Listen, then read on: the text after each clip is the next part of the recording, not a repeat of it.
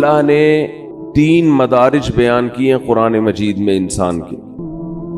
پہلے اللہ نے حکم دیا کہ اے لوگو جنہوں نے گناہ کر کر کے، اللہ کی نافرمانی کر کر کے اپنے اوپر زیادتی کی ہے، ابھی بھی وقت ہے توبہ کر کے اس اللہ کی طرف آ جاؤ۔ قل یا عبادی الذین اسرفوا علی انفسہم، میں نبی ان سے کہہ دیجئے کہ اے میرے بندو جنہوں نے اپنے اوپر زیادتی کر لی۔ ہمارے ہاں زیادتی کہتے ہیں کہ دنیا برباد کر لی، پڑھے نہیں، کوئی جاب نہیں کی، کوئی بزنس نہیں کیا، اس کو ہم کہتے ہیں بندے نے اپنا فیوچر تباہ کر دیا۔ اللہ کی نظر میں زیادتی یہ ہے کہ اللہ نے جن کاموں کا حکم دیا تھا آپ نے وہ کام نہیں کیے، تو اللہ کہتے ہیں اسرفوا علی انفسہم، جنہوں نے اپنے اوپر زیادتی کی ہے اب بھی وقت ہے توبہ کر لو، لا تقنطوا من رحمت اللہ، اللہ کی رحمت سے مایوس مت۔ ابھی مایوسی کا ٹائم شروع نہیں ہوا ہے، بہت جلد ایک ٹائم آنے والا ہے جس میں اللہ تمہیں خود مایوس کر دے گا، خود بتائے گا کہ اب مجھ سے امیدیں مت لگانا۔ ان اللہ یغفر الذنوب جميعا، ابھی توبہ کرو، اللہ سارے گناہ معاف کرنے کے لیے تیار ہے، ابھی توبہ کر لو۔ انسان بڑا ڈھیٹ ہے، وہ کہتا ہے ابھی توبہ نہیں کروں گا، میں اس وقت توبہ کروں گا جب توبہ کا دروازہ بند ہوگا۔ پہلا حکم اللہ نے کیا دیا؟ توبہ کرو۔ آپ مجھے بتاؤ توبہ کس چیز سے ہوتی ہے؟ برائی سے، گناہ سے۔ اللہ ہم سے زیادہ عبادت نہیں مانگتے، اللہ ہم سے گناہوں سے توبہ مانگتے ہیں۔ آج کوئی شخص اگر دین پر آتا ہے تو عبادت کی کثرت کو فوکس کرتا ہے، گناہ چھوڑنے کو فوکس نہیں کرتا۔ اللہ نے پچھلی قوموں میں جتنی قوموں کو ہلاک کیا، تباہ کیا، کوئی ایک قوم بھی ایسی نہیں ہے جس کو اشراق کی نماز چھوڑنے پر عذاب دیا ہو، کوئی ایک قوم بھی ایسی نہیں ہے جس کو تہجد چھوڑنے پر عذاب دیا ہو، کوئی ایک قوم بھی ایسی نہیں ہے جس کو صبح و شام کی تسبیحات چھوڑنے پر عذاب دیا ہو۔ قرآن کہتا ہے فَكُلًّا أَخَذْنَا بِذَنبِ، جتنی قوموں کو تباہ کیا ان کے گناہ کی وجہ سے کیا ہے، نافرمانی کی وجہ سے کیا ہے۔ اور وہ نافرمانی کیا تھی؟ تمام قوموں میں ایک ہی چیز تھی کہ انہوں نے پیغمبر کے جو سفیر، اللہ کے جو سفیر تھے، اللہ کا جو پیغام لے کے دنیا میں آئے تھے، ان کی باتوں کو ویلیو نہیں دی، ان کی باتوں کو اہمیت نہیں دی۔ یاد رکھو اللہ کی نظر میں سب سے زیادہ ویلیو اس چیز کی ہے کہ محمد صلی اللہ علیہ وسلم کیا آرڈر دے کے گئے ہیں، کیونکہ یہ آپ کا آرڈر نہیں ہے، یہ کس کا آرڈر ہے؟ اللہ کا آرڈر ہے۔ اور ہماری نظر میں سب سے کم ویلیو کس کی ہے؟ اللہ نے کیا کہا ہے؟ اللہ صرف یہ دیکھتا ہے اپنے بندوں میں کہ یہ مجھے کتنا فالو کر رہے ہیں، اس کے علاوہ اللہ کو ہم سے کوئی غرض نہیں ہے۔ یہ دماغ میں اچھی طرح یہ بات بٹھا لینی چاہیے۔ اللہ یہ بھی نہیں دیکھ رہا کہ تم انسانیت کی خدمت کر رہے ہو کہ نہیں کر رہے، تم زمین میں کیسے رہ رہے ہو۔ اللہ یہ دیکھ رہا ہے کہ میری کتنی مانتے ہو، انسان کی خدمت بھی میرے کہنے پہ کر رہے ہو کہ نہیں کر رہے، بس۔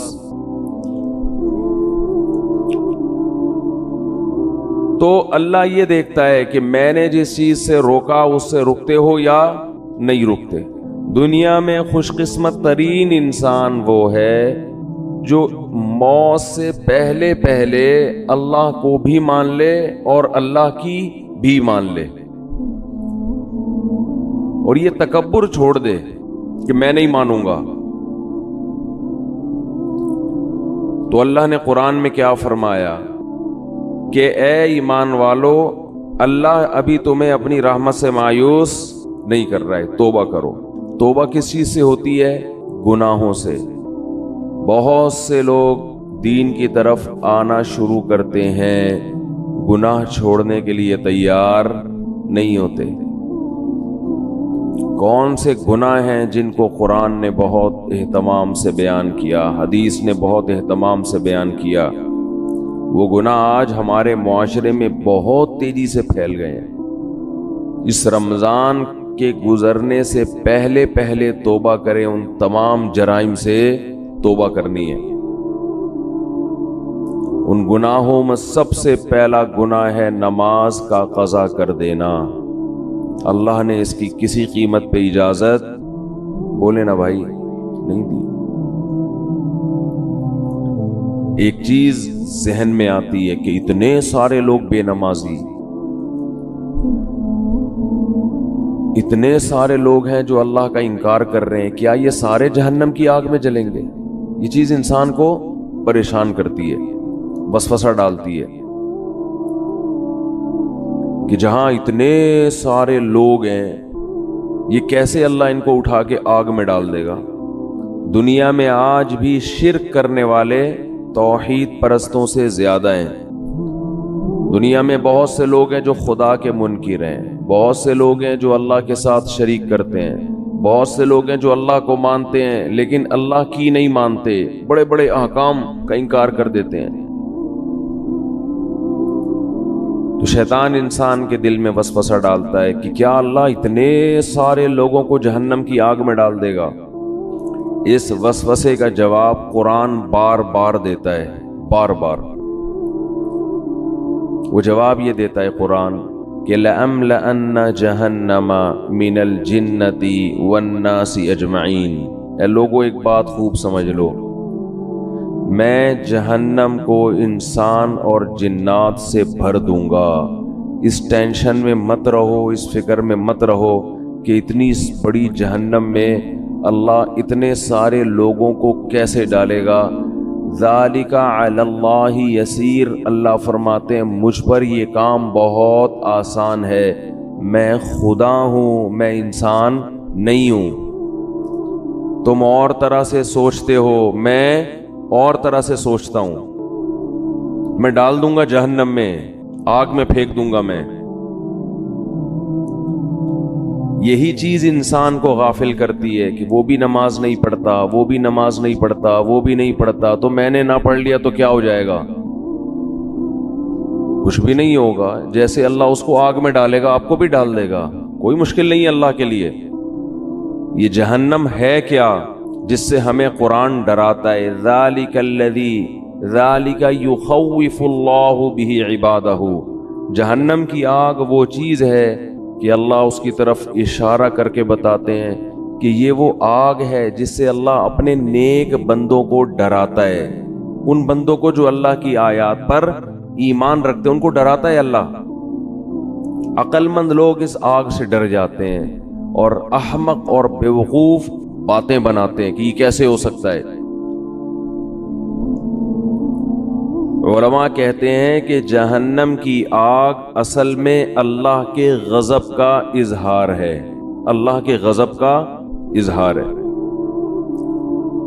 اور یہ جو اللہ نے کافر کے لیے ہمیشہ کی جہنم رکھی، اس کی وجہ بھی یہ ہے کہ اللہ کا غضب اس پہ ہمیشہ رہے گا، وہ غضب ٹھنڈا نہیں ہوگا، کیونکہ اس کے ٹھنڈا ہونے کی کوئی وجہ نہیں ہے۔ اللہ انسان کو مہلت دیتا ہے، مہلت دیتا ہے، سدھر جا سدھر جا سدھر جا، وہ نہیں سدھرتا، تو پھر اللہ کا غضب بھی لامتناہی شروع ہوتا ہے۔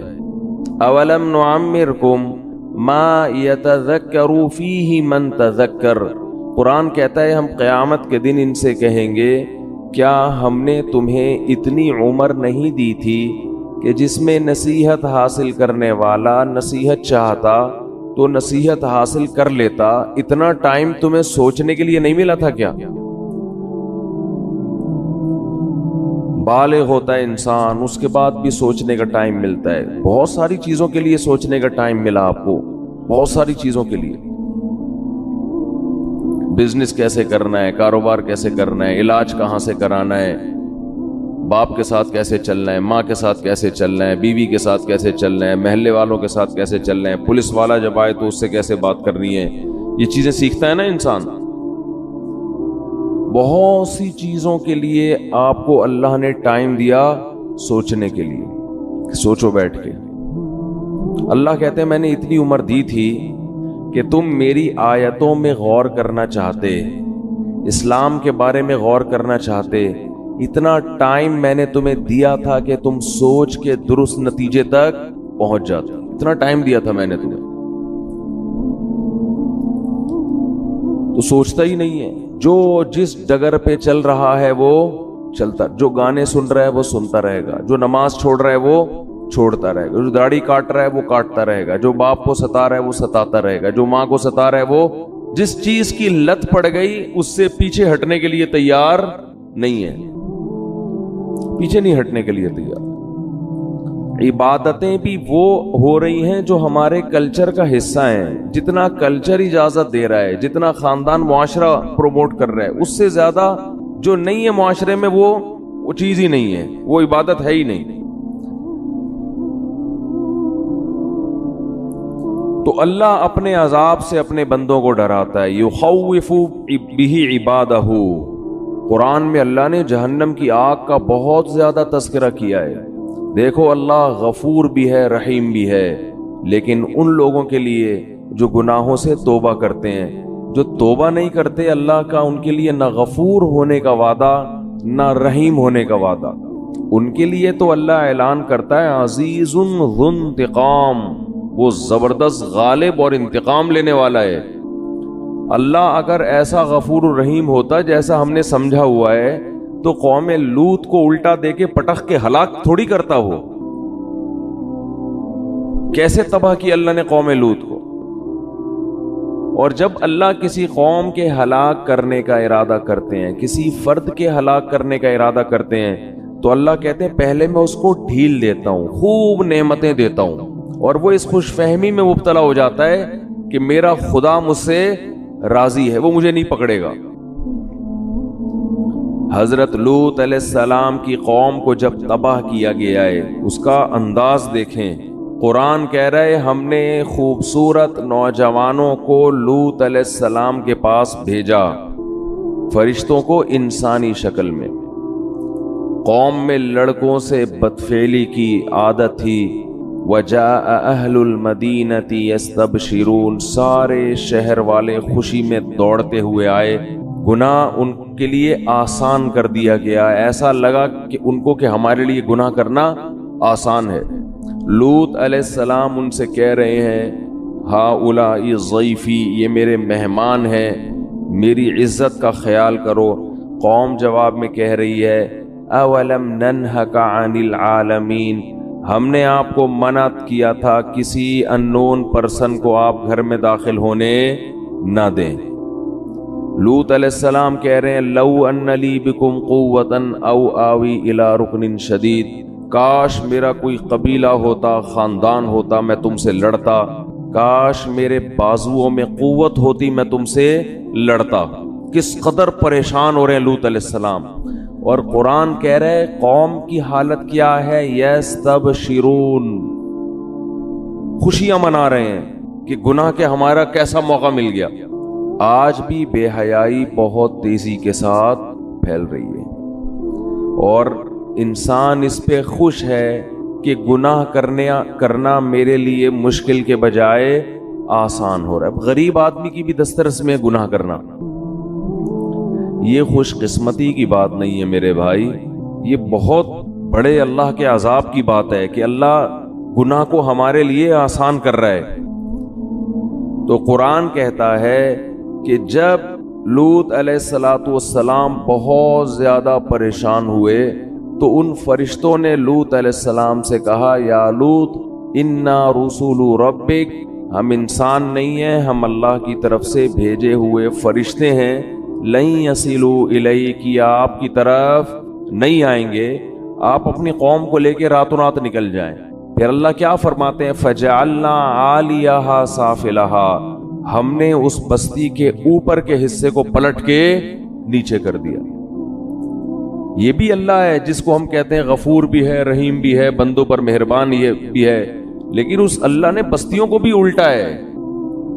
وہی اللہ جس کو ہم رحمان اور رحیم کہتے ہیں صبح و شام، جس کو ہم غفور الرحیم کہتے ہیں، جس کو ہم اپنے بندوں پہ بڑا مہربان کہتے ہیں، اسی اللہ نے فرعون کو جب ایک پانی میں غوطہ دیا ہے اور فرعون نے جواب میں کہا آمنت انہ لا الہ الا الذی آمنت بہ بنو اسرائیل، میں اس اللہ پہ ایمان لایا جس پر بنی اسرائیل ایمان لائی، تو اللہ کو اس پہ ترس نہیں آیا؟ وہی اللہ جس کو ہم کہتے ہیں غفور ہے، اپنے بندوں پر مہربان ہے، بہت رحمان ہے، بہت بندوں پر شفیق ہے، ماں سے 70 گنا زیادہ محبت کرنے والا، اس اللہ کو اپنی مخلوق فرعون پر اس موقع پہ ترس بولو بھائی نہیں آیا؟ وہ چیخ رہا ہے میں توبہ کرنے کے لیے تیار ہوں، اللہ نے کہا نہیں، آنا اب نہیں بخشوں گا، اور آئندہ اس سے بڑا عذاب آئے گا۔ اب تو یہ سمجھ رہا ہے کہ تو پانی میں ڈوب رہا ہے، یہ تو عذاب کی پہلی سیڑھی ہے۔ اس پانی کے اندر تو داخل ہوگا، تیرا سانس گھٹے گا، تیرا دم گھٹے گا، اس سے تیری موت واقع ہوگی، اور پھر اس کے بعد کیا ہوگا؟ النار یعرضون علیہا غدوا وعشیا، ایسی آگ میں تجھے داخل کروں گا، صبح بھی جلایا جائے گا اور شام کو بھی، اور یہ قیامت تک عذاب ہوگا۔ جب میدان حشر میں حساب کے لیے کھڑا ہوگا تو اگلا اسٹیپ اس سے بھی زیادہ سخت ہوگا۔ وَيَوْمَ تَقُومُ السَّاعَةُ، جس دن قیامت قائم ہوگی، أَدْخِلُوا آلَ فِرْعَوْنَ أَشَدَّ الْعَذَابِ، اللہ کہے گا کہ اس فرعون کو اس سے بھی زیادہ سخت عذاب میں داخل کر دو۔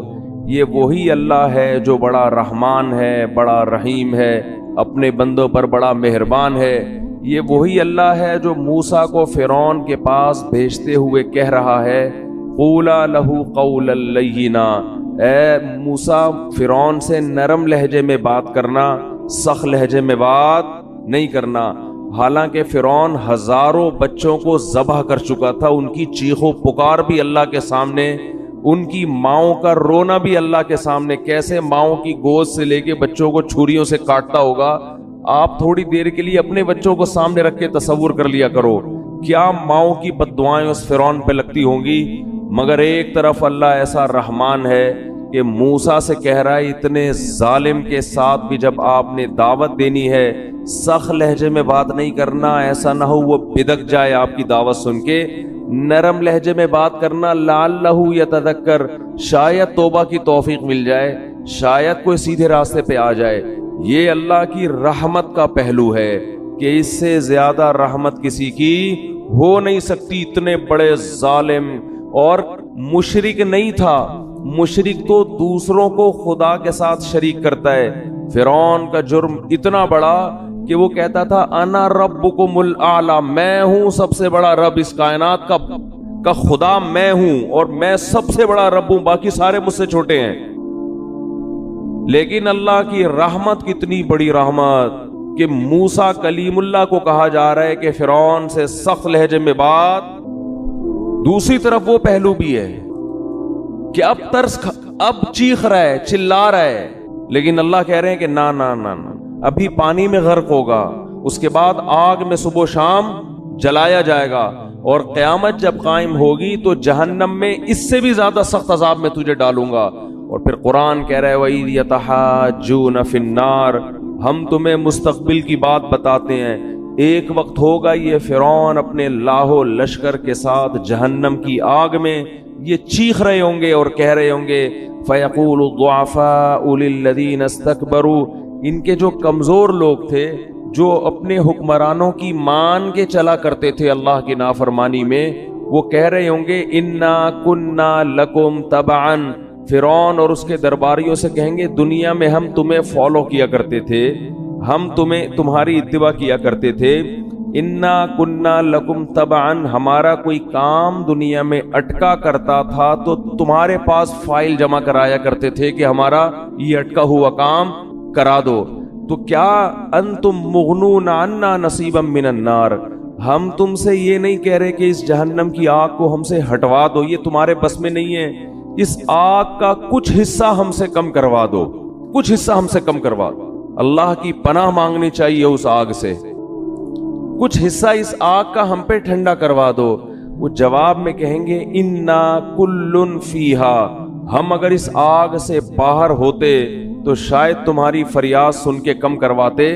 جس آگ میں تم جل رہے ہو ہم بھی اسی آگ میں تمہارے ساتھ جل رہے ہیں, تو ہم کیسے کم کروا سکتے ہیں؟ یہ بھی اللہ ہے جس کو ہم صبح و شام رحمان اور بولو بھائی رحیم کہتے ہیں. آج اللہ کا خوف ختم. ہر گناہ کیا جا رہا ہے, اللہ غفور رحیم ہے. گانے سنے جا رہے ہیں, اللہ بخشنے والا ہے. زنا کیا جا رہا ہے, اللہ بخشنے والا ہے. انٹرنیٹ پر فحش بیہودہ فلمیں صبح شام دیکھی جا رہی ہے, اللہ بڑا غفور رحیم ہے. وہ بخشنے پر آئے گا تو ایسے ہی بخش دے گا. اس نے کب کہا ہے کہ میں ایسے ہی بخش دوں گا؟ بھائی کون سی آیت میں لکھا ہوا ہے, کون سی حدیث میں؟ باپ کے ساتھ اونچی آواز سے بات ہوتی ہے اور اولاد اس خوش فہمی میں ہوتی ہے کہ اللہ بولو بخش دے گا. جس باپ اور ماں کا یہ احترام بتایا گیا کہ اگر نماز پڑھ رہے ہو تو ان کی پکار پہ نماز توڑ کے جواب دو, اس باپ اور ماں کو گھر میں ستایا جاتا. باپ جب تک جوان ہو تو اس کو اولاد نچوڑتی ہے, جب بوڑھا ہو گیا اب کسی کام کا نہیں ہے اس کو ستاتے ہیں بڑھاپے میں. بہت ہو رہا ہے گھروں کے اندر. شوہر جب تک کام کا ہو عورت اس کو نچوڑتی ہے, جب بڈھا ہو گیا تو بیٹوں کے ساتھ مل کے اس کو ستاتی ہے. بہت ہو رہا ہے گھروں میں, بہت دیکھا ہے ہم نے گھروں میں. جب تک جوان تھا کما رہا تھا ٹھیک ہے, اب چونکہ ریٹائر ہو گیا اب بیوی کے کسی کام کا نہیں ہے, تو نافرمان عورت کیا کرتی ہے؟ اپنے بیٹوں کے ساتھ مل کے اپنے شوہر کو بولتے کیوں نہیں بھائی ستاتی ہے. ٹھیک ہے سب نہیں ہوتی لیکن ہوتی بھی ہیں. ایسی جگہ آپ کا نکاح ہو گیا کہ لڑکی کے پیچھے کوئی پوچھنے والا نہیں ہے, تو خوف نہیں ہے, تو ایسے لوگ ایسی کمزور عورت پہ ظلم کرنا شروع کر دیتے ہیں یہ سوچ کے کہ کوئی پوچھنے والا نہیں ہے. قرآن کے الفاظ دیکھو, وَإِذَا الْمَوْءُودَةُ سُئِلَتْ بِأَيِّ ذَنبٍ قُتِلَتْ. اللہ نے قیامت کی ہولناکیوں کا عجیب نقشہ کھینچا ہے. اِذَا الشَّمْسُ كُوِّرَتْ, انداز دیکھیں قرآن کا, بات کیا چل رہی ہے, قرآن ایک دم کیا ٹاپک لے آتا ہے. اِذَا الشَّمْسُ كُوِّرَتْ, ایک دن آئے گا یہ سورج بے نور ہو جائے گا. اِذَا الشَّمْسُ كُوِّرَتْ وَإِذَا النُّجُومُ انْكَدَرَتْ, ستارے بے نور ہو جائیں گے. وَإِذَا الْجِبَالُ سُيِّرَتْ, پہاڑ اپنی جگہ سے ہٹ جائیں گے. وَإِذَا الْجِبَالُ سُيِّرَتْ اِذَا الشَّمْسُ كُوِّرَتْ وَإِذَا النُّجُومُ انْكَدَرَتْ وَإِذَا الْجِبَالُ سُيِّرَتْ وَإِذَا الْعِشَارُ عُطِّلَتْ وَإِذَا الْوُحُوشُ حُشِرَتْ وَإِذَا الْبِحَارُ سُجِّرَتْ. قرآن ہولناکیاں بیان کر رہا ہے, سمندروں میں آگ لگ جائے گی, پہاڑوں کو اپنی جگہ سے ہٹا دی, جو کچھ تمہیں نظر آ رہا ہے یہ سارا الٹا ہو جائے گا. یہ سارا نظام. آگے قرآن کیا کہتا ہے, وَإِذَا الْمَوْءُودَةُ سُئِلَتْ بِأَيِّ ذَنبٍ قُتِلَتْ, جس دن زندہ دفن کی ہوئی بچی سے پوچھا جائے گا بتا تجھے کس جرم میں قتل کیا گیا تھا. اب آیتوں میں آپ کو بظاہر کوئی مناسبت نظر نہیں آئے گی. ادھر پہاڑ کی بات ہو رہی ہے کہ جگہ سے ہٹا دیا جائے گا, ادھر سمندر کی بات ہو رہی ہے کہ اس میں آگ لگا دی جائے گی, ادھر 10 ماہ کی گابن اونٹنیوں کی بات. اشار و تلت, اونٹنی جو 10 ماہ کی گابن ہوتی ہے نا, عرب کے ہاں سب سے قیمتی مال ہوتا تھا کہ اب یہ بچہ جننے والی ہے. اللہ فرماتے ہیں اس کا مالک اس کو اپنے حال پہ چھوڑ دے گا. ایسی وحشت, کہاں اونٹنی, کہاں پہاڑ, کہاں سورج, کہاں چاند. اور قرآن فوراً کیا کہتا ہے, جس دن زندہ دفن کی ہوئی بچی سے پوچھا جائے گا بتا تجھے کس جرم میں قتل کیا گیا. انسان حیران ہوتا ہے, پہاڑ کے ہٹنے کی بات, سمندروں کے جلنے کی بات, سورج اور چاند کے بے نور ہونے کی بات, اس میں زندہ بچی کا تذکرہ کیسے آ گیا؟ اس کا کیا آپس میں لنک ہے؟ یہ ٹاپک اللہ نے اچانک چینج کیوں کر دیا؟ یہ کیسا عجیب ٹاپک ہے نا. اللہ کہہ رہا ہے سورج چاند ختم, سمندروں میں آگ لگ جائے گی, قیمتی مال لوگ بھول جائیں گے, اور زندہ دفن کی ہوئی بچی سے پوچھا جائے گا بتا تجھے کس جرم میں قتل کیا گیا. کوئی ٹاپک میں مناسبت ہے؟ ایک بات سمجھانے کے لیے نا, قرآن کا اصل ہدف یہ سمجھانا تھا کہ ایک دن آئے گا کہ جس باپ نے اپنی معصوم بیٹی کو بیٹی ہونے کی وجہ سے دفن کیا, اللہ اس بچی کو عدالت کے کٹہرے میں کھڑا کر کے پوچھے گا بتا تیرا جرم کیا تھا؟ بچی کہے گی یہ جرم تھا کہ تو نے مجھے بیٹی بنایا ہے، بیٹا نہیں بنایا۔ اللہ اس کے باپ کو جہنم کی آگ میں ڈالے گا۔ تو قرآن یہ بتا رہا ہے کہ جیسے سورج کبھی بے نور نہیں ہوتا لیکن بے نور ہو جائے گا۔ بڑے بڑے پہاڑ، دنیا میں ہر چیز اپنی جگہ سے ہلتی ہے سوائے پہاڑوں کے، وہ لاکھوں ہزاروں سال سے ایک ہی جگہ قائم رہتے ہیں۔ دنیا میں ہر چیز میں آگ لگتی ہے مگر پانی میں آگ نہیں لگتی۔ تو اللہ یہ سمجھا رہے ہیں کہ دنیا میں ہر ایک پہ مقدمہ چلتا ہے مگر اس پہ جس کا کوئی پیچھے پوچھنے والا ہو۔ جو معصوم بچی جس کے لیے اس کا باپ مقدمہ کرتا، اگر وہ باپ ہی اس کو قتل کر کے زمین میں ڈال دے، اس بچی کا پیچھے پوچھنے والا کوئی نہیں ہے۔ تو جو خدا سورج کو بے نور کرے گا، حالانکہ سورج کبھی بے نور نہیں ہوتا، جو خدا پہاڑوں کو اپنی جگہ سے ہٹا دے گا، حالانکہ پہاڑ اپنی جگہ سے کبھی بھی نہیں ہلتے، جو خدا سمندروں میں آگ لگا دے گا، حالانکہ سمندروں میں آگ نہیں لگتی، وہ خدا ایسا مقدمہ چلائے گا جس کا مقدمہ دنیا میں کبھی کسی نے اس کا تصور نہیں کیا ہوگا۔ وہ مقدمہ کیا کہ بچی کو کھڑا کر کے کہے گا کہ تیرے لیے کبھی کوئی مقدمہ کرنے والا ہو نہیں سکتا تھا، کیونکہ جو مقدمہ کرتا وہی تیرا قاتل ہے۔ تو آج جیسے سورج بے نور ہو رہا ہے اور سمندروں میں آگ لگ رہی ہے اور پہاڑ اپنی جگہ سے ہل رہے ہیں، آج یہ بچی کھڑی ہو کر اپنے باپ کے خلاف مقدمہ کرے گی اور میں اس کی پکار کو سنوں گا اور اس مظلوم کا ساتھ دوں گا قیامت کے دن۔ تو اللہ ان آیتوں میں بتا رہا ہے کہ اللہ کا حساب و کتاب کا نظام کمزور نہیں ہے۔ دنیا کی عدالت سے، دنیا کے مقدموں سے بچ سکتے ہو۔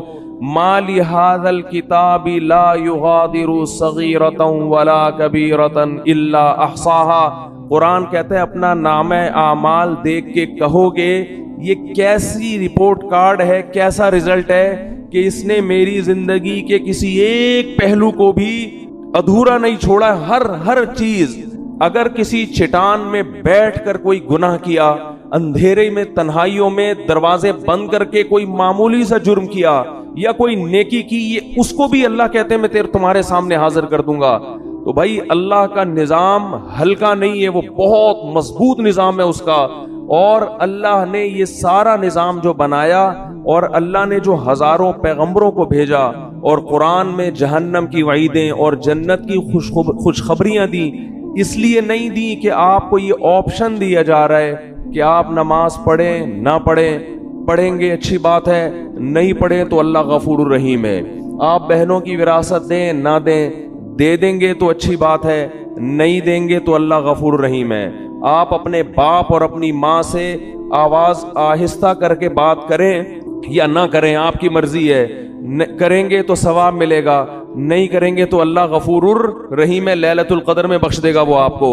آپ کی مرضی کہ آپ یتیم کا مال جو آپ کا چھوٹا بھائی ہے، وراثت جس کی پوری بنتی ہے، آپ بڑے ہونے کا ناجائز فائدہ اٹھا کے اس چھوٹے کی وراثت کھا جاتے ہو، آپ کی مرضی ہے، نہیں کھاؤ گے تو ثواب ملے گا، کھا جاؤ گے تو لیلۃ القدر میں سب کی بخشش ہو جائے گی، شب برات میں ہو جائے گی بخشش، عید کے دن بخشش ہو جائے گی، رمضان میں بخشش ہو جائے گی، آپ اگر جمعے کے دن مر گئے تو آپ کی بخشش ہو جائے گی، آپ اگر لیلۃ القدر میں مر گئے تو آپ کی بخشش ہو جائے گی۔ اگر اس طرح سے میرے بھائی بخششوں کا نظام ہوتا تو قرآن اتنی وعیدیں نہ سناتا۔ وَإِذَا الْمَوْءُودَةُ سُئِلَتْ بِأَيِّ ذَنبٍ قُتِلَتْ، یہ نہ بتاتا کہ جس دن زندہ دفن کی ہوئی بچی کو زندہ کر کے اللہ پوچھے گا بتا تجھے کس جرم میں قتل کیا گیا۔ پھر قرآن یہ نہ کہتا کہ جو یتیم کا مال کھاتے ہیں وہ اپنے پیٹ میں جہنم کے انگارے ڈال رہے ہیں۔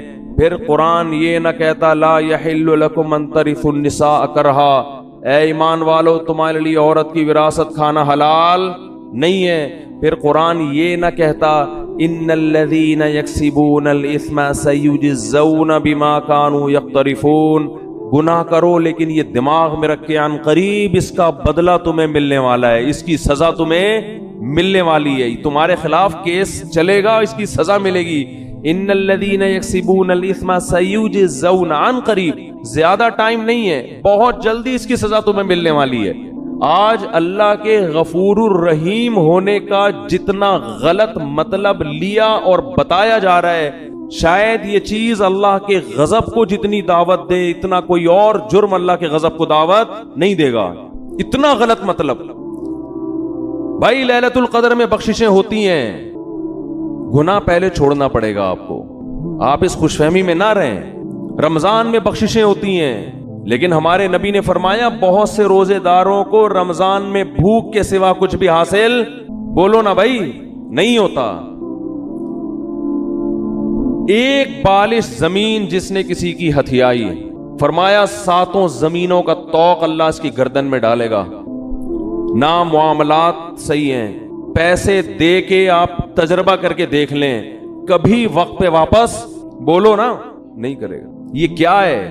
یہ اس جہنم کی آگ سے غفلت. صحابہ کرام ڈرا کرتے تھے. حدیث میں آتا ہے رسول اللہ صلی اللہ علیہ وسلم نے فرمایا کہ اللہ نے اس آگ کو اس آگ سے زیادہ گرم بنایا ہے. صحابہ کرام کی ایسی کیفیت ہوئی، ترمذی کی حدیث ہے، اس طرح اللہ کے خوف سے رونے لگے کہ جیسے کوئی ہانڈی کھول رہی ہوتی ہے. یا ایھا الناس ان وعد اللہ حق فلا تغرنکم الحیات الدنیا. دیکھو اللہ فرماتے ہیں لوگوں، اللہ کا وعدہ سچا ہے. اللہ نے وعدے کیے نا، مار کے ختم نہیں کروں گا، ایک دن اپنے سامنے کھڑا کر کے حساب و کتاب لوں گا. اللہ بار بار یاد دلاتا ہے اے لوگوں اللہ کا وعدہ سچا ہے. تو اللہ تجھے یہ بتانے کی کیا ضرورت ہے کہ میرے وعدے سچے ہیں؟ جب تو نے کہہ دیا تو اللہ کو معاذ اللہ جھوٹ تو نہیں بولتا. اللہ فرماتے ہیں تمہیں کچھ چیزیں ایسی ہیں جو اس اللہ کے وعدے کے بارے میں دھوکے میں ڈالیں گی اور تمہیں وہ یہ دکھائیں گی کہ اللہ کا وعدہ سچا نہیں ہے. اللہ نے معاذ اللہ سیاسی وعدے کیے ہیں، یہ سچا وعدہ نہیں ہے. وہ کون سی چیز دھوکے میں ڈالے گی؟ فلا تغرنکم الحیات الدنیا. فرمائے اس دنیا کی ترقی، دنیا کی ظاہری چمک دھمک، تمہارے یہاں سے لوگ ہوں گے جو باتیں کریں گے گورا چاند پہ پہنچنے کی باتیں کر رہا ہے اور مسلمان جنت اور جہنم کے چکر میں الجھے ہوئے ہیں. وہ لیبارٹریوں میں کیا کیا بنا رہے ہیں، مسلمان جنت جہنم سے باہر نہیں نکلتے. وہ یہ کر رہے ہیں، مسلمان جنت اور جہنم میں پڑے ہوئے ہیں. اللہ فرماتی دنیا کی جو زندگی ہے جس نے کافر کو دھوکے میں دیا، یہی زندگی کس کو دھوکہ دے گی؟ یہی تمہیں دھوکہ دے گی. اس زندگی میں جب تم ترقی کی جتنی قسمیں دیکھو، چاند پہ پہنچنے کی، مریخ پہ پہنچنے کی، خلائی سیاروں سے چھلانگیں لگانے کی، اس دنیا میں ایک چیز غور کر لینا، اس کے آگے موت ہے جو اس ساری ترقی کو چند سیکنڈ اور منٹوں میں خاک میں ملا کے رکھ دے گی.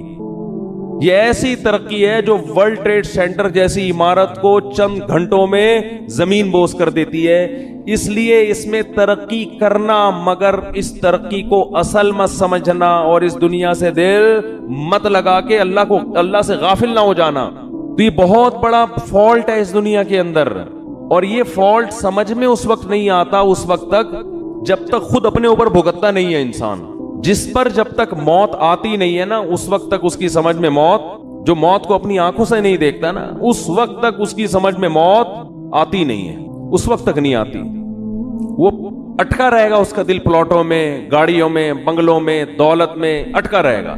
حتیٰ کہ کینسر کا مریض ہوگا نا، ڈاکٹر کہہ دیں گے 6 مہینے رہ گئے ہیں، مگر دل دنیا سے اس کا بھی نہیں نکلے گا، وہ پھر اسی میں لگا رہے گا. ایسے پیشنٹ ہم نے دیکھے ہیں، ڈاکٹر نے کہہ دیا 6 مہینے رہ گئے، 7 مہینے رہ گئے، 8 مہینے رہ گئے، لیکن ان کا خیال یہ کہ ابھی ہم اتنے آرام سے نکلنے والے نہیں ہیں یہاں سے.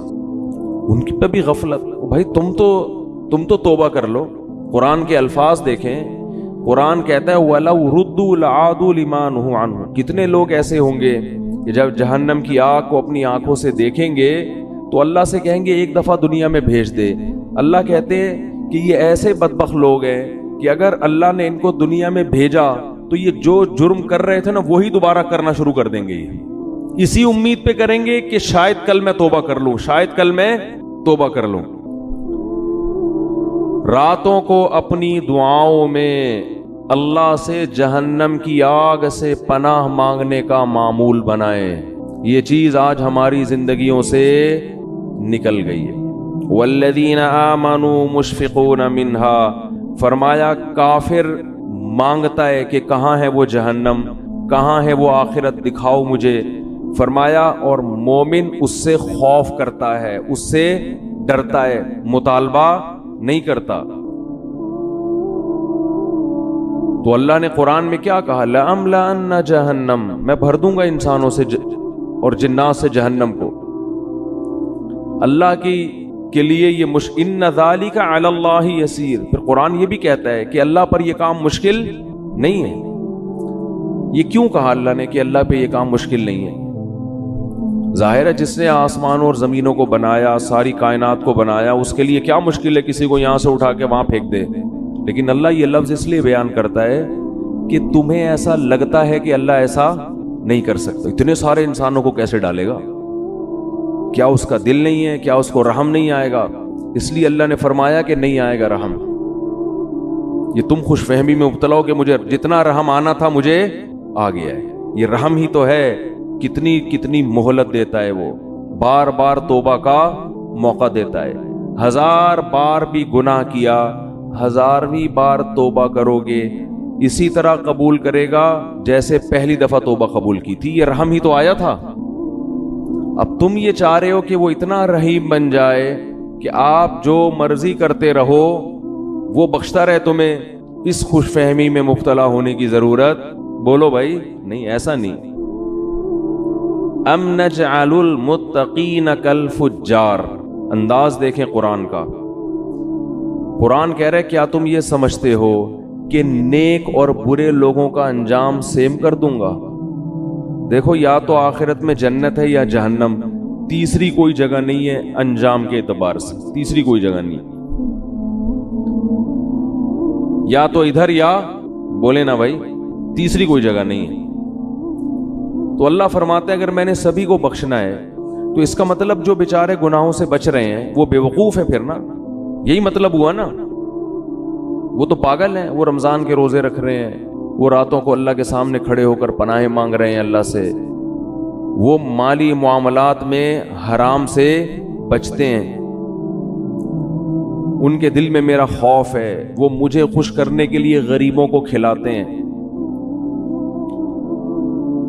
وہ امن ہوا قانت آناء اللیل، اللہ فرماتے ہیں بھلا وہ آدمی جو رات کو اٹھ کے مجھے پکارتا ہے، ساجدا وقائما، کبھی سجدے میں کبھی قیام میں، یحذر الآخرہ، آخرت سے ڈرتا ہے وہ، ویرجو رحمت ربی، رب سے امیدیں بھی لگا کے بیٹھا ہے اور آخرت سے ڈرتا ہے، یعنی خالی امیدوں پہ نہیں چل رہا، خوف بھی ہے، تو بھلا اس کو، اور جو ساری رات سوتا رہتا ہے، جو ساری رات ڈرامے فلمیں دیکھتا رہتا ہے، جو ساری رات اسنوکر کلب پہ بیٹھا رہتا ہے، جو ساری رات باپ اور ماں کو ستاتا ہے، جو ساری رات گناہوں میں زنا میں وقت گزارتا ہے، تو تم کیا سمجھتے ہو دونوں کو میں ایک جیسا کر دوں گا؟ ہے بھائی دونوں کا انجام اس کو بخش دوں گا، چل بھائی چھوڑ، بس بخشش ہو گئی، کوئی میں بہت غفور ہوں، میں بہت بڑا ہوں۔ لیلۃ القدر کو دونوں جاگ لیے تھے تو اب دونوں ایک جیسے ہو گئے۔ بہت مشکل ہے بات سمجھانا، بہت مشکل ہے۔ لیلۃ القدر میں چونکہ دونوں جاگ لیے تھے اب دونوں کیا ہو گئے ہیں بھائی؟ سیم۔ تو اللہ کہتے ہیں ام نجعل، بھلا ہم ایسا کریں گے، ہمیں تم نے یہ سمجھا ہوا ہے، ایسی بے انصافی، ایسی دھاندلی تو دنیا میں کوئی کرپٹ ترین حاکم نہیں کرتا، عدل و انصاف کا بادشاہ ایسا کیسے کر سکتا ہے؟ خوف پیدا کرنے کی ضرورت ہے جن گناہوں کی طرف ہم جا رہے ہیں اور بغیر کسی بریک کے چلتے چلے جا رہے ہیں، برداشت بالکل ختم۔ قرآن نیک لوگوں کی صفت بیان کرتا ہے الکاظمین الغیظ، غصے کے کڑوے گھونٹ کو پیتے ہیں، یہ باپ کے سامنے غصہ نہیں، ماں کے سامنے نہیں، اپنے بڑوں کے سامنے نہیں، آج چھوٹوں پہ برداشت کر لیتا ہے طاقتور ہے اور بڑے پہ برداشت نہیں کرتا۔ میں کہتا ہوں جتنی باس کی برداشت کرتے ہو اس کا 10واں حصہ اگر باپ کی برداشت کر لو تو شاید بخشش ہو جائے۔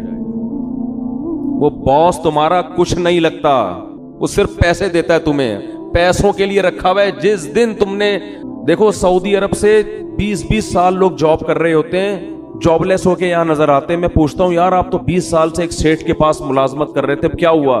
کہتے ہیں یار وہ مجھے گردوں کا کوئی مسئلہ کھڑا ہو گیا تھا، فورن کمپنی نے نکال دیا۔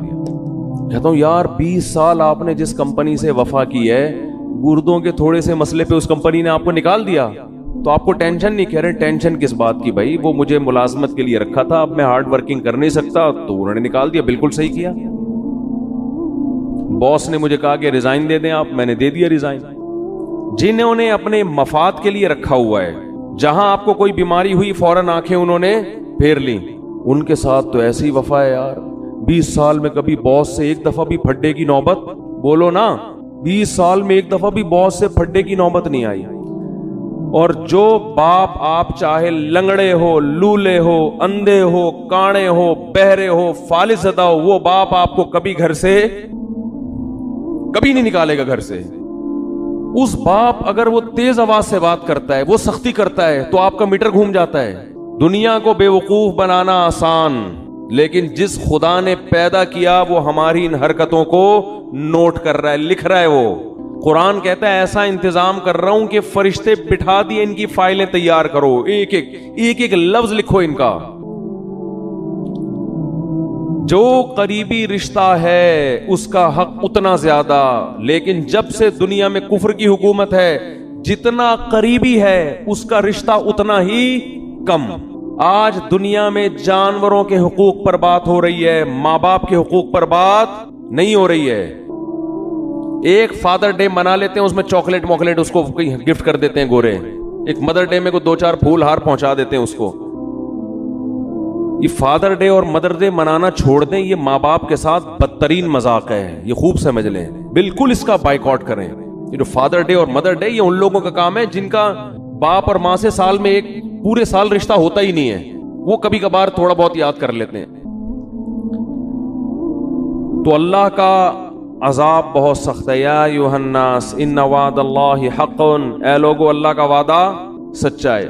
فلا تغرنکم الحیات الدنیا، اللہ فرماتے ہیں کہ یہ دنیا کی زندگی تمہیں دھوکے میں نہ ڈال دے۔ ولا یغرنکم باللہ الغرور، اور شیطان تمہیں دھوکے میں نہ ڈال دے۔ شیطان تمہارے برے عمل کو چمک پٹیاں لگا کے تمہارے سامنے مزین کر کے پیش کرے گا، یہ خود بھی برباد ہوگا، تمہیں بھی برباد کرے گا۔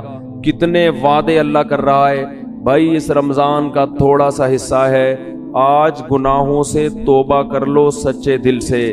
اے اللہ جو نماز کو قضا کرتا ہے، اے اللہ آئندہ زندگی میں کبھی نماز قضا نہیں ہوگی۔ دیکھو نماز کا معاملہ اتنا ہلکا نہیں ہے جتنا ہم سمجھتے ہیں۔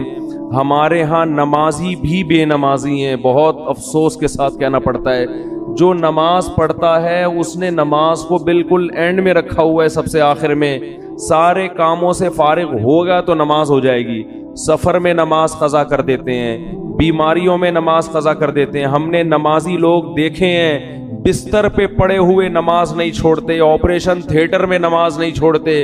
نمازی عورتیں بچے کی ولادت سے پہلے نماز نہیں چھوڑتی، وہ آپریشن تھیٹر میں ہوں گی، ان کو فکر ہوگی کہ نماز کا وقت کہیں ضائع نہ ہو جائے۔ اس کو نماز کہتے ہیں، اس کو نمازی کہتے ہیں۔ ہمارے ایک رشتہ دار انڈیا سے آئے تھے، ان کی عمر میرا خیال ہے 70 سال ہوگی، بہت پرانا واقعہ یہ۔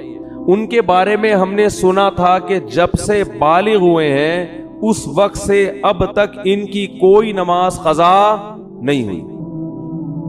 55-60 سال میں کوئی نماز قضا نہیں ہوئی جب سے بالغ ہوئے ہیں۔ میں حیران تھا ایسے لوگ بھی دنیا میں ہیں۔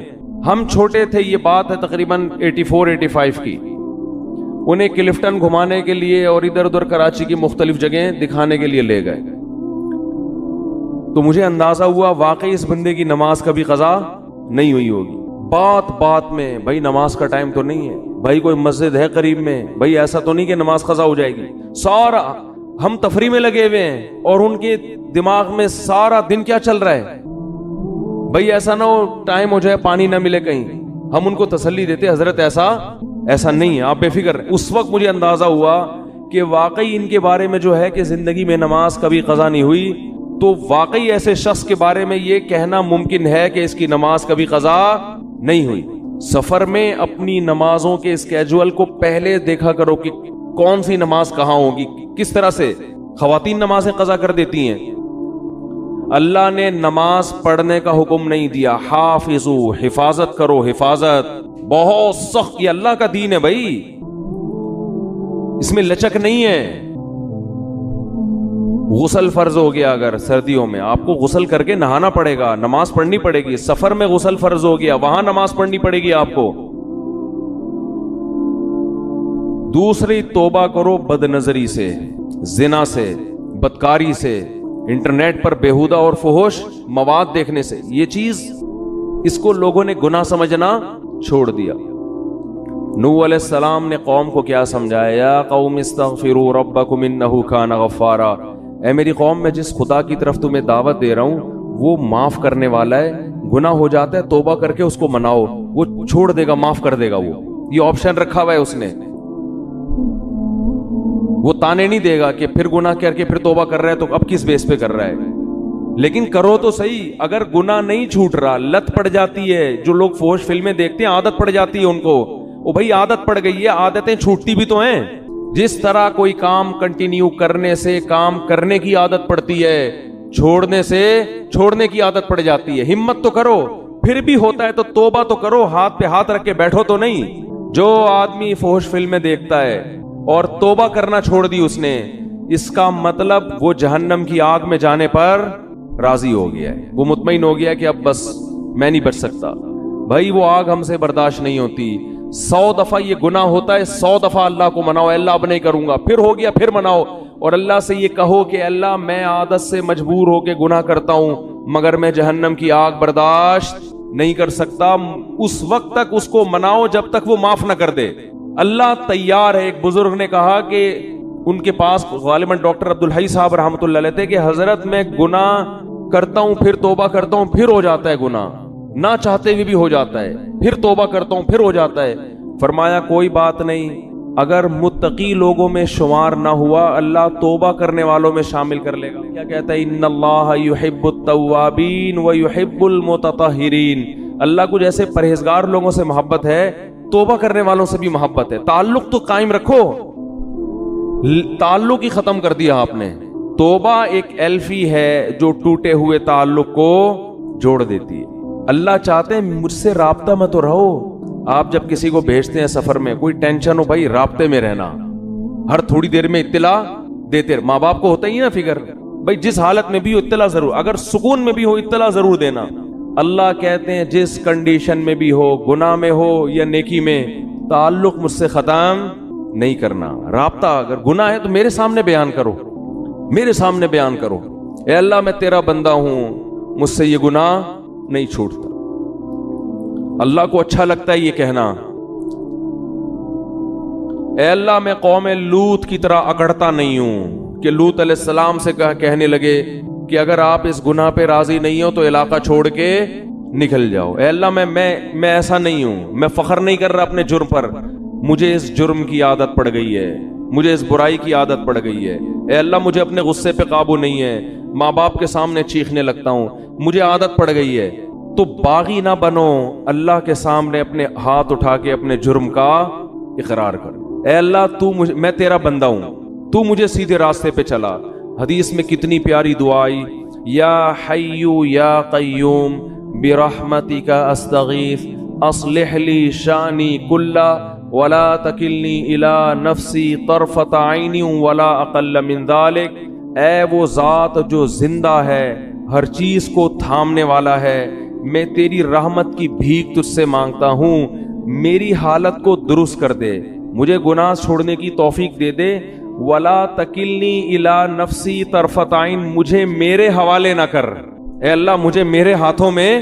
دیکھو چھوٹا بچہ ہوتا ہے نا, جب سفر چل رہا ہوتا ہے ڈر ہوتا ہے گاڑی کے نیچے نہ آ جائے, گٹر میں نہ گر جائے, یہ نہ ہو جائے وہ نہ ہو جائے, تو ماں باپ کسی کے حوالے بچے کو کرتے ہیں کہ بھئی بچے کو بچے کے حوالے نہیں کیا جائے گا, بچہ کسی بڑے کے ہاتھوں میں ہوگا تو محفوظ. تو انسان اللہ کے سامنے جرم کا اعتراف کرے, اے اللہ میں کمزور ہوں, تو مجھے میرے حوالے نہ کر. کتنی دیر کے لیے حوالے نہ کر؟ طرفت عین. اے اللہ 24 گھنٹے میں ایک پلک جھپکنے میں جتنا ٹائم لگتا ہے نا, اتنے ٹائم کے لیے بھی تو مجھے میرے حوالے نہ کر. ولا اقل من ذالک, اس سے کم ٹائم کے لیے بھی تو مجھے میرے حوالے نہ کر, کیونکہ اگر تو نے مجھے میرے حوالے سیکنڈ کے کروڑویں حصے کے لیے بھی کر دیا تو مجھے اپنے اوپر اعتماد نہیں ہے, میں اس میں تیری نافرمانی کروں گا, میں اس میں اپنی جان پر ظلم کروں گا. 24 گھنٹے تو مجھ پر گرفت رکھ. یہ نبی نے ہمیں دعائیں سکھائی ہیں, یہ گناہگاروں کے لیے دعائیں ہیں جن سے گناہ نہیں چھوٹتے. وہ اللہ سے مانگیں کہ اللہ تو مجھے میرے حوالے نہ کر, تعلق تو قائم رکھے میرے بھائی. اور کیا دعا سکھائی, خذ بناصیتی الی البر والتقوی, اے اللہ میں سیدھے راستے پہ چلنا چاہوں نہ چاہوں تو مجھے پیشانی کے بالوں سے پکڑ کے سیدھے راستے پہ گھسیٹ لے. جیسے کسی ڈاکٹر کے پاس آپ جاتے ہیں نا, انجیکشن لگانے کی تکلیف ہو رہی ہے اور لگانا ضروری بھی ہے, آپ کہتے ہیں بھائی رسیوں سے باندھ کے میرے انجیکشن ٹھوک دو, لگا دو انجیکشن, کہتے ہیں کہ نہیں کہتے, میری پرواہ نہیں کرو. تو بھائی اس رمضان میں ہمت کر کے گناہوں سے توبہ کر لو. اور دیکھو یہ بات میں بہت کم بیانات میں کہتا ہوں کیونکہ یہ جرم پھیل گیا ہے. داڑھی کٹانا یہ بھی تغییر خلق اللہ ہے, اللہ کی تخلیق کو بدلنا ہے. اللہ کو داڑھی کٹا ہوا مرد پسند بولو نا بھائی, یہ آپشنل نہیں ہے, یہ تو اب ہو گیا کیونکہ اتنے لوگ اب انگریزوں کو دیکھ دیکھ کے داڑیاں کاٹنا شروع کر دیں تو ہمارے کلچر کا حصہ بن گئی یہ چیز. نبی نے حکم دیا ہے اعفوا اللحى وقصوا الشوارب, فرمایا داڑھی کو بڑھاؤ. میں نے خود اپنی آنکھوں سے یہودی دیکھے بڑی بڑی داڑھیوں والے, بڑے ماڈرن یہودی, بڑے ترقی یافتہ, لیکن داڑھی اتنی بڑی. بہت سے یہودی دیکھیں, کیوں اتنی تحریف کی ہے یہ تورات اور انجیل میں, اس کے باوجود آج بھی تورات سے وہ داڑھی والی آیتیں نہیں نکال سکتے. آج بھی تورات میں لکھا ہے کہ اللہ نے موسیٰ کو کوہ طور پہ بلا کے کہا کہ اپنی قوم سے کہہ دیں کہ داڑیاں مت کاٹیں, کہہ دیں اپنی قوم سے. کتنی تحریف کی نا اپنے مذہب میں انہوں نے, لیکن وہ بھی غامدی کی طرح, غامدی جیسے نہیں بن سکے کہ داڑھی نکال دیں اسلام سے اور کہیں وہ تو کلچر کا حصہ تھی. اللہ کوہ طور پہ حضرت موسیٰ کو بلا کے کلچر کی وجہ سے کہے گا کہ داڑیاں رکھواؤ ان کو. اور کتنا بڑا اللہ کا حکم ہے, اللہ ایسا ہی نہیں کہہ رہا, کوہ طور پہ موسیٰ کو بلا رہا ہے, کلیم اللہ کو. سارے پیغمبروں نے داڑیاں رکھی ہیں, سارے صحابہ نے داڑیاں رکھی ہیں, تو غامدی صاحب نے آ کے داڑھی کا انکار کر دیا. فیصلہ کر لو, ایک طرف صحابہ ہیں, ایک طرف پیغمبر ہیں, ایک طرف تورات ہے, ایک طرف قرآن ہے. قرآن صراحتاً داڑھی کا ذکر نہیں کرتا, لیکن وہ یہ کہتا ہے کہ شیطان نے کہا تھا کہ میں لوگوں کی فطرت تبدیل کروں گا. اللہ نے عورت کو چہرے پہ بال نہیں, عورت کو سر پہ بال دیے ہیں. کتنے بڑے بال عورتوں کے ہوتے ہیں, اس کے لیے بال موڑنا جائز ہے عورت کے لیے؟ بولو نا بھائی. اب انگریزوں میں اگر فیشن آ جائے, خواتین گنجی گھومنا شروع کر دیں, تو کیا اس کی ہم پرمیشن دے دیں گے عورت سر پہ بلیڈ پھیر لے؟ جیسے اس کی اجازت نہیں ہے ایسے ہی مرد کو چہرے پہ بلیڈ لگانے کی اجازت, بولتے کیوں نہیں بھائی؟ تو رکھ لو بھائی ہمت, بڑھاپے کا انتظار کر رہے ہو. توبہ تو جوانی میں ہوتی ہے, کچھ بھی نہیں ہوگا اس سے. تھوڑا بہت لوگ ملا ملا کریں گے, بھائی یہ کہنے والے بھی مر جائیں گے, آپ بھی مر جاؤ گے. اور داڑھی رکھنے سے کوئی ملا نہیں بن جاتا. کتنے فوج کے بڑے بڑے آفیسرز ہیں جن کی بڑی بڑی داڑھی ہیں, کیا وہ ملا ہیں؟ کتنے بڑے بڑے سائنٹسٹ ہیں, یہ جو ایٹامک انرجی میں جو سائنسدان ہیں, جامعۃ الرشید آئے تھے تو اتنی بڑی بڑی داڑیاں ان کی. بھائی داڑھی رکھ کے آپ سائنسدان بھی بن سکتے ہو, آپ ڈاکٹر بھی بن سکتے ہو, آپ آفیسر بھی بن سکتے ہو, زیادہ اچھے بنو گے آپ, روب ہوگا آپ کے چہرے پہ. تو ہمت کر لو اس رمضان میں. کسی بغیر داڑھی والے کو اپنے سے کمتر نہیں سمجھتا. بھائی ہماری داڑھی ایک ظاہری حلیہ, اندر اللہ ہی جانتا ہے. ہو سکتا ہے کوئی گناہ ہو جس کی وجہ سے داڑھی والے کو اللہ بخش دے اور ہمیں نہ بخش دے, اللہ بچا کے رکھے سب کو, لیکن جرم کو تو جرم ہی کہا جائے گا نا. وہ لوگوں کی رعایت میں لوگوں کو خوش کرنے کے لیے اس کو تبدیل تو نہیں کر سکتے ہم. یہی تو یہود کا جرم تھا کہ وہ حکام بیان کرتے جس پہ لوگ خوش ہوتے. جو برائی معاشرے میں پھیل جاتی, یہود کے علماء اس پہ ڈسکس نہیں کرتے کہ پبلک ناراض ہو جائے گی. تو اللہ کا حکم ہے, ہمت کر لو. اور یہ فضول باتیں, داڑھی رکھ کے میں یہ گناہ کروں گا تو لوگ کیا بولیں گے, داڑھی بدنام ہوگی, پھر تو اسلام کا نام ختم کر دو بھائی. مسلمان تو 2 نمبر ہی کرتے ہیں بہت سے, بدنام تو اسلام ہوتا ہے. اب اس کا حل یہ نہیں ہے کہ اسلام چھوڑ دو, اس کا حل یہ ہے کہ 2 نمبر ہی چھوڑ دے آدمی. وہ ایک آدمی نے بوڑھی ماں کی فضیلت سنی کہ بوڑھی ماں کو اگر ذرا سا بھی تکلیف پہنچائی تو اتنا بڑا عذاب اور یہ اور وہ, اس نے جا کے اماں کو ہی قتل کر دیا. اس نے کہا بھائی یہ تو فل ٹینشن ہے, عذاب کا ذریعہ ہے یہ. تو داڑھی انسان کو سینما گھر کی لائن میں لگنے سے روکتی ہے, داڑھی انسان کو برے کاموں سے روکتی ہے. تو آپ نے کیا کہا کہ جو چیز روکنے والی تھی اسی کو اڑا دیا, آپ اسی کو اڑا دی. ہمارے کتنے دوست ہیں کہتے ہیں ہم نے جب داڑھی رکھی تو سینما گھر کی لائن سے واپس ہوئے, شرم آ رہی تھی. ایک ہمارے دوست نے داڑھی رکھی, مجھے اپنا واقعہ سنا ہے, کہہ رہے مجھے فلمیں دیکھنی ہے اور سینما گھروں میں جا کے دیکھتے تھے. کہہ رہے میں لائن میں کھڑا ہوا تھا, داڑھی رکھ لی تھی میں نے, شرم تو آ رہی تھی لیکن ہم نے کہا تھوڑا دیر بے شرم بن جاتے ہیں, شرم ختم کرنے میں تو چند سیکنڈ لگتے ہیں انسان کو. کہہ رہے پھر لوگ مجھے مڑ مڑ کے دیکھ رہے تھے, یہ ملا یہاں کیا کر رہا ہے. کہہ رہا مجھے اتنی غیرت آئی, میں نے کہا نکل بھائی یہ تیرا کام نہیں ہے یہاں پہ, چھوڑ یار, لوگ بھی بول رہے ہیں. دل تو نہیں چاہ رہا تھا کہہ رہے چھوڑنے کا, لیکن شرم کی وجہ سے نکل گیا میں.